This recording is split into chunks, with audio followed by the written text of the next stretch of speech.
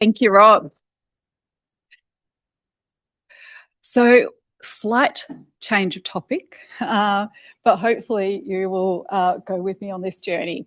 So, it's my great pleasure to speak to you about the topic of prisoner reintegration, and particularly about thinking about new responses here. Before I begin, I'd like to acknowledge that we are meeting in the lands of the traditional owners, particularly the Kaurna people, and pay my respects to elders past and present. Australia is in the midst of a national incarceration crisis. We've seen that the national prison population has doubled in the last 2 decades, and despite First Nations people only accounting for about 3 or 4% of the Australian population, that a third of the people that are imprisoned are First Nations. The correctional budget is further consuming a very large amount of our funds, $6 billion a year, and the amounts are predicted to just continue to grow. Alongside that, we see that almost half of the people who are imprisoned will return within a 2-year period. And it's in this context that we know that the links between alcohol and drug use, as well as dependence and imprisonment, are very strongly intertwined. The Australian Institute of Health and Welfare has shown that 3 in 4 people who are imprisoned have used illicit drugs. This is about 4-fold higher than rates in the general community. We also see that 37% of people who've been discharged report using drugs within prison settings. And we see that between a quarter and 40% of people who are imprisoned have an alcohol or drug dependence issue specifically, those imprisoned. And when we look more broadly at the amount of offending that is attributable to drugs or alcohol, it's 52% of the national prison population. So this raises a whole host of challenges. On the one hand, you could say that prison provides an ideal opportunity to provide some stability, often in lives that are fairly chaotic for a whole host of reasons, in order to provide access to alcohol and drug treatment, as well as other sorts of supports. But we know that access to alcohol and drug treatment is severely limited. Within the broader Australian community, only about half of those who want drug treatment are able to access it. And within the prison setting, it is far, far worse. So only about 1.8% of people in custody are recorded as receiving opioid substitution treatment on any given day. This places people within prison, but also people who then exit to our communities at a high risk of a whole range of harms. This includes overdose, both fatal and non-fatal, infectious diseases, heightened mental deterioration, disruptions to their access to treatment and other sorts of services, and high rates of risk of relapse and future recidivism. And of course, this is all to acknowledge that for many people who are imprisoned, alcohol and drug use will not be the sole challenge. It's often very much interlinked with a whole host of broader health disparities, whether you're talking about rates of trauma, social disadvantage, homelessness, or the like. Still further challenges are that many, if not most, of our prisons are now in regional Australia. That means that the people who are imprisoned are often not only physically separated, but are geographically separated, often with large distances from their families, without easy access to have any type of support networks. We also see growing rates of people who are being held on remand or for short periods in the prison system, with an estimated about 40% of the people in the national prison that are held on remand. And despite the Closing the Gap targets, the number of First Nations people imprisoned is only growing. Fortunately, the work that we've been doing at Flinders University is looking at new approaches to responding. So I'm going to outline three particular projects as well as new things that we will be launching.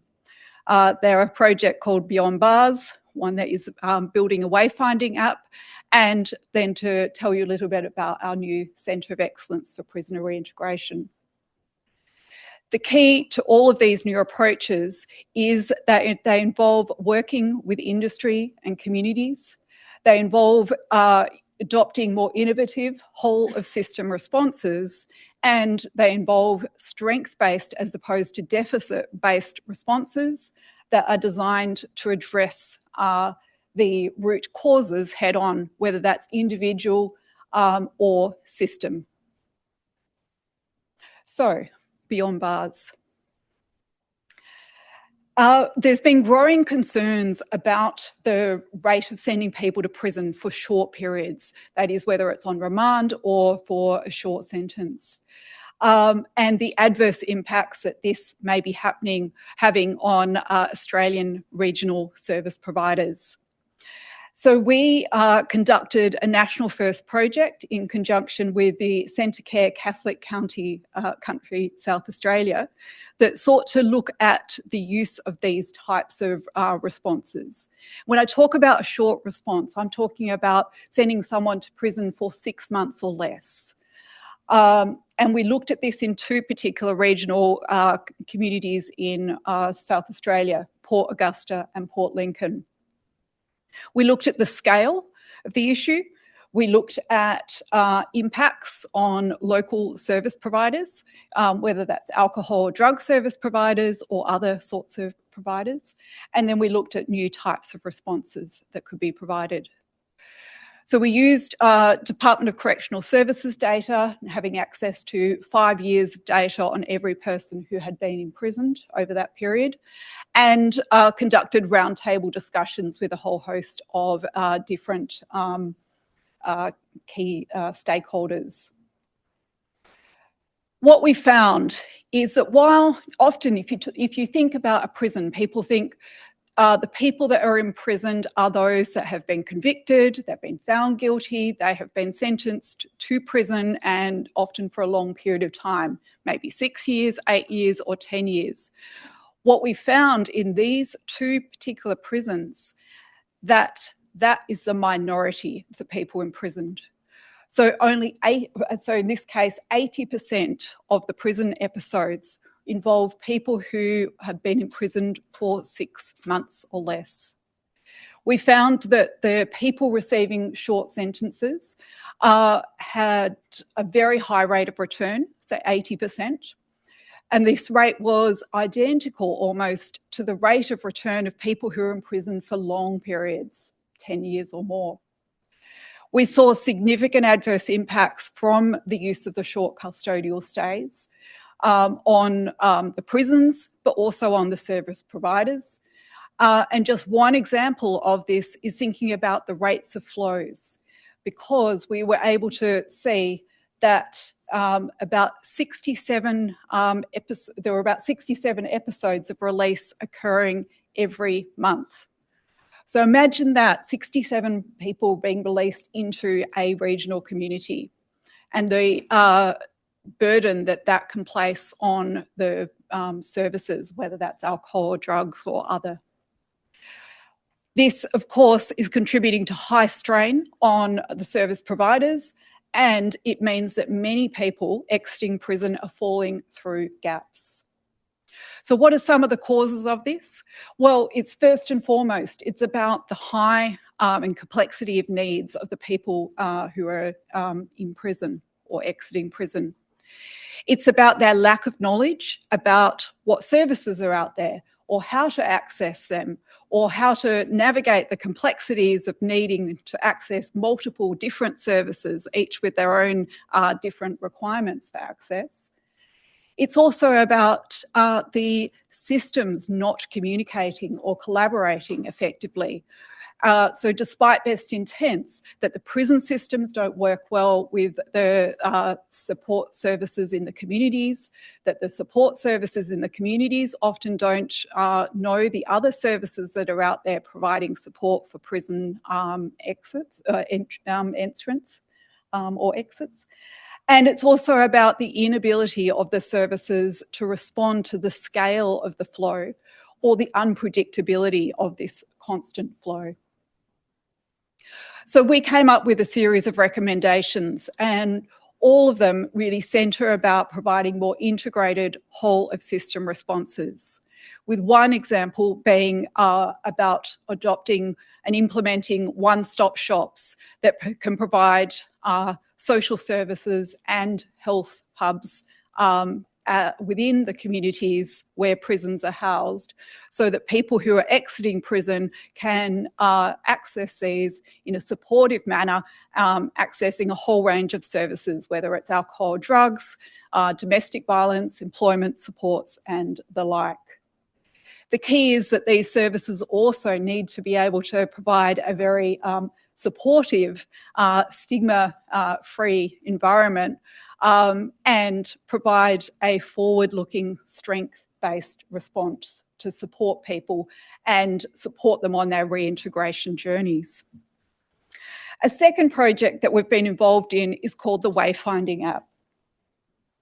So conscious of the large gaps between services, particularly between the prisons as well as the service providers in the communities, and the implications that this has for people exiting prison, we have been building a purpose-built app to improve timely access to services for people who are exiting prison in Port Lincoln. So this is one regional community. And this has been funded by the South Australian Department for Correctional Services. So the aims of this app are about improving coordinated responses between the different services. It's about enabling services to better engage with clients, and it's putting also clients in the driving seat so that they can identify and access the sorts of services that they need before they exit prison. So this shows you a bit of a flyer that we've been using to advertise this app. What you'll see is this app has been co-designed with the services. It includes a service directory so that people can identify what services are out there. It's got a whole range of services, so you can see alcohol and drug, gambling support, domestic violence supports, employment services, and the like. We also, through this, have the functionality for people to book appointments, and many of the services have been providing dedicated responses to kind of fast-track access for those exiting prisons so that they can get faster into the services. So this has been run as a 6-month trial, and the good news is we started it this week. So our evaluation is going to be looking at a whole range of factors, looking at the implementation, the reach of who is reached and who might be missed. But also it's going to be looking at the potential to scale up or roll this type of response out to other areas. So the final element I'm going to speak to you about is our new Centre of Excellence for Prisoner Reintegration. We are incredibly fortunate to be able to say that we have received funding from the Australian Research Council to set up this new centre to focus on prisoner reintegration. We had backing of $35 million from the Australian government, as well as an additional almost $10 million in partner cash, to enable us to really try to transform how prisoner reintegration operates in Australia. So over the next 7 years, we're going to be working with a wonderful group of multidisciplinary experts from across the country as well as internationally. as well as leading First Nations experts and industry leaders in order to look at this issue. And one of the key targets is people who are drug and alcohol dependent. Just to show some of the partners or exemplify the partners, you can see here the breadth of the partners involved. Very strong First Nations leadership as there needed to be and involvement, but also a whole host of different sorts of services and international supports like the United Nations Office on Drugs and Crime. What we'll be doing through this is looking at the determinants of more effective prisoner reintegration. We'll be looking at how we transform the environments within the settings to enable within correctional environments. We'll also be focusing on the communities themselves to look at how we address those contexts and provide more rehabilitative and reintegrative responses. And we will also be looking at how we build and sustain social licence. So it gives permission for governments and correctional services to actually put into practice many of the recommendations and address some of the stigma that continues to be pervasive. And finally, I have the great pleasure of co-leading the final stream where we'll be measuring and evaluating and ultimately scaling up the types of responses that are going to be most effective. So we find ourselves now at a correctional crossroads. We could be doing more of the same, which we know the outcomes of that, or we could be embracing a new way forward. And I think that's the positive message I want to leave you with today, that while we are in this crisis and we know this is having a really disproportionate negative impact for many people using drugs, that we have now this opportunity to really embrace and build a more positive response and the opportunity to start to reduce some of this revolving door and to improve public safety, health, social and economic outcomes for many of the people who are flowing in and out of our prison systems today. So I'll leave it there, but I just want to also just give a plug that we'll be running a conference at the end of the year. So if anyone's interested in issues around justice, health or the like, we would encourage you to come along.